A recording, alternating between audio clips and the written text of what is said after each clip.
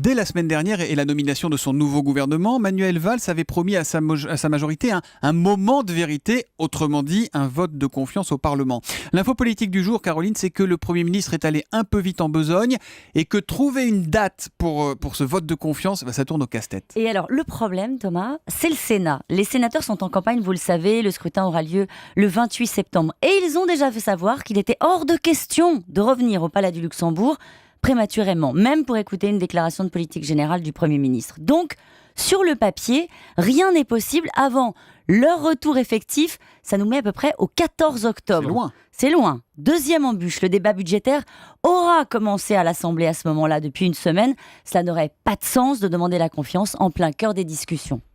Alors que va faire Manuel Valls? Est-ce qu'il va renoncer à ce vote de confiance? Alors il y a Caroline, deux options qui sont à l'étude. Le Premier ministre pourrait se contenter d'une sorte de déclaration de politique budgétaire à l'Assemblée. Vous le savez, Thomas, il n'est pas obligé en réalité de réclamer, de faire voter la confiance le Premier ministre, puisqu'il n'y a pas eu de changement de chef de gouvernement.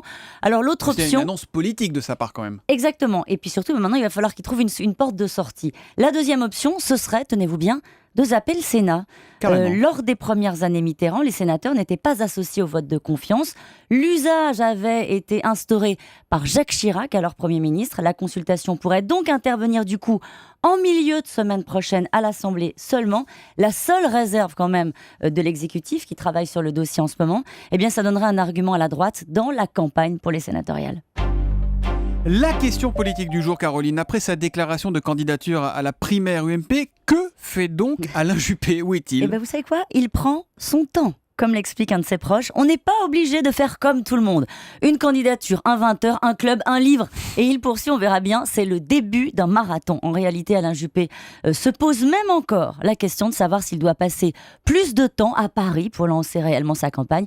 On appelle ça un démarrage tranquille. Mais Alain Juppé qui a dit qu'il irait coûte que coûte, et même si Sarkozy se lançait dans la course.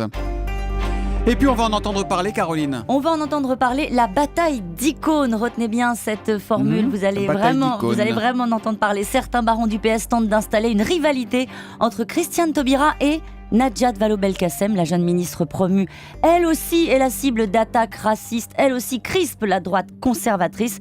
Avec l'éducation nationale, elle prend plus qu'un ministère, mais un totem. Et elle a un atout majeur, Thomas, pour l'exécutif. Elle rassure la gauche et en plus, elle accepte la ligne. En attendant, c'est vrai qu'elle prend cher, Najat Vallaud-Belkacem. Le site du Nouvel Obs sort ce matin un article qui récapitule les pires attaques contre la ministre de l'Éducation nationale. Franchement, ça vole bas. Les secrets politiques de Caroline Roux, c'est tous les matins à 7h25 sur Europe 1. À demain, Caroline. À demain.